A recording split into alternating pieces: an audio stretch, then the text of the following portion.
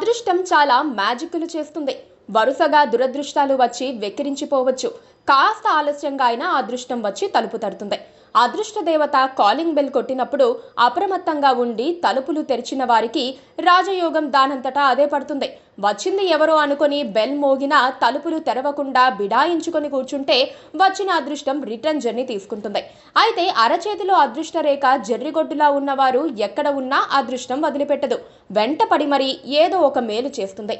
ఉమ్మడి నల్లగొండ జిల్లాలో ఓ నాయకుడికి ఇప్పుడు అటువంటి రాజయోగమే వెతుక్కుంటూ వస్తోందని ప్రచారం జరుగుతోంది. తెలంగాణలో కాంగ్రెస్ పార్టీ అధికారంలోకి రావటంతో గెలిచిన ఎమ్మెల్యేలతో పాటు మంత్రి పదవులు పొందిన వారు ఎంత సంతోషంగా ఉన్నారో వారితో పాటు ఇంకొందరు నేతలు కూడా ఆనందపడుతున్నారట. అలా సంతోషపడుతున్న వారిలో ఉమ్మడి నల్గొండ జిల్లాకు చెందిన పటేల్ రమేష్ రెడ్డి కూడా ఉన్నారు.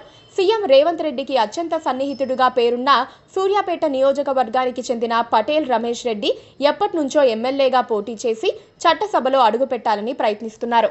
2016లో రేవంత్తో పాటు టీడీపీకి రాజీనామా చేసి కాంగ్రెస్ పార్టీలో చేరారు రమేష్ రెడ్డి.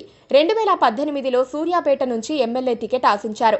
కానీ చివరకు సీనియర్ నేత రామ్రెడ్డి దామోదర్ రెడ్డికి అధిష్టానం అవకాశం ఇచ్చింది.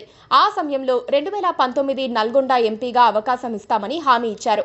చివరికి ఉత్తమ్ కుమార్ రెడ్డి ఎంపీ బరిలో నిలవటంతో ఆయనకు మరోసారి భంగపాటే ఎదురైంది. 2 సార్లు టికెట్ ఆశించి రాకపోవటంతో తీవ్ర ఆవేదనలో ఉన్న రమేష్ రెడ్డికి తాజాగా జరిగిన అసెంబ్లీ ఎన్నికల్లో అవకాశం ఇస్తానని హామీ ఇచ్చారు. కానీ చివరి నిమిషంలో మరోసారి రమేష్ రెడ్డికి కాంగ్రెస్ పార్టీ హ్యాండ్ ఇచ్చింది. ఈసారి కూడా రామ్రెడ్డి దామోదర్ రెడ్డికే కాంగ్రెస్ నాయకత్వం టికెట్ ఇచ్చింది. దీంతో తీవ్ర ఆగ్రహం వ్యక్తం చేసిన రమేష్ రెడ్డి ఎలా అయినా పోటీ చేయాలని నిశ్చయించుకొని ఆల్ ఇండియా ఫార్వర్డ్ బ్లాక్ నుంచి నామినేషన్ కూడా వేశారు. కానీ ఉపసంహరణకు చివరి రోజున కాంగ్రెస్ హైకమాండ్ దూతలు బుజ్జగింపులకు దిగారు. నల్గొండ స్థానం నుంచి ఎంపీగా అవకాశం కల్పిస్తామని అధిష్టానంతో పాటు సిట్టింగ్ ఎంపీ ఉత్తమ్ రాతపూర్వక హామీ ఇవ్వటంతో ఆయన వెనక్కి తగ్గారు. దామోదర్ రెడ్డికి మద్దతుగా నిలిచారు. ఈ నేపథ్యంలో ఎన్నికలు పూర్తి కావటం, రాష్ట్రంలో కాంగ్రెస్ పార్టీ అధికారంలోకి రావటంతో రమేష్ రెడ్డికి కొత్త ఆశ పుట్టిందట.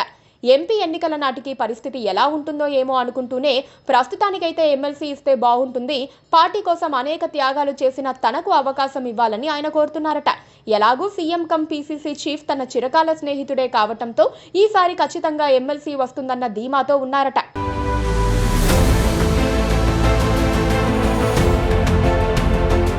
శాసనసభ ఎన్నికల్లో సూర్యాపేట నుంచి పోటీ చేసేందుకు తీవ్రంగా ప్రయత్నించిన పటేల్ రమేష్ రెడ్డి నియోజకవర్గంలోని అన్ని గ్రామాలను చుట్టి వచ్చేలా పాదయాత్ర చేశారు.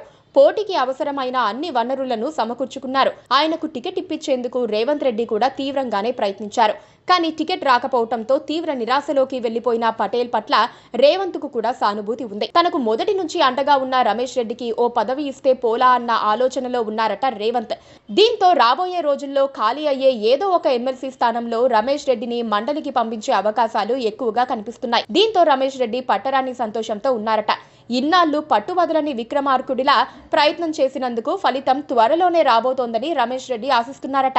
ముఖ్యమంత్రి రేవంత్ రెడ్డి, పటేల్ రమేష్ రెడ్డి స్నేహితులు. ఇద్దరు ఒకేసారి కాంగ్రెస్ లోకి వచ్చారు. రేవంత్ ను అదృష్టం వరించింది.